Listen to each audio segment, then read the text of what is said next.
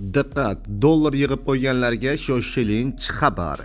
Bugun 11 aprel kuni O'zbekistonda dollar kursida keskin o'zgarish ro'y berdi. Barcha O'zbekiston fuqarolari xabardor bo'ling. Assalomu alaykum hurmatli tomoshabinlar, tezkor yangiliklardan, birinchilardan bo'lib xabardor bo'lishni istasangiz, video rolik ostiga like tugmachasini bosib kanalimizga obuna bo'lishni unutmang. Like bosganlar video oxirida 15,000 so'm egasi bo'lasiz.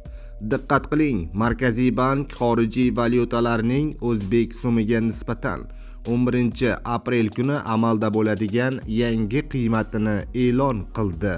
Unga ko'ra, Rossiya rublining kursi 1,18 so'mga ko'tarilib, 152,37 so'mni tashkil etdi. Yevro kursi 14,01 so'mga ko'tarilib, 14,343 so'm bo'ldi. AQSh dollarining kursi 4,93 so'mga pastlab, 12,968 so'm bo'ldi, deyiladi xabarda. Hurmatli tomoshabinlar, video rolik keng tarqalib, barchaga e'tiborishligi uchun like bosib kanalimizga obuna bo'lishni unutmang.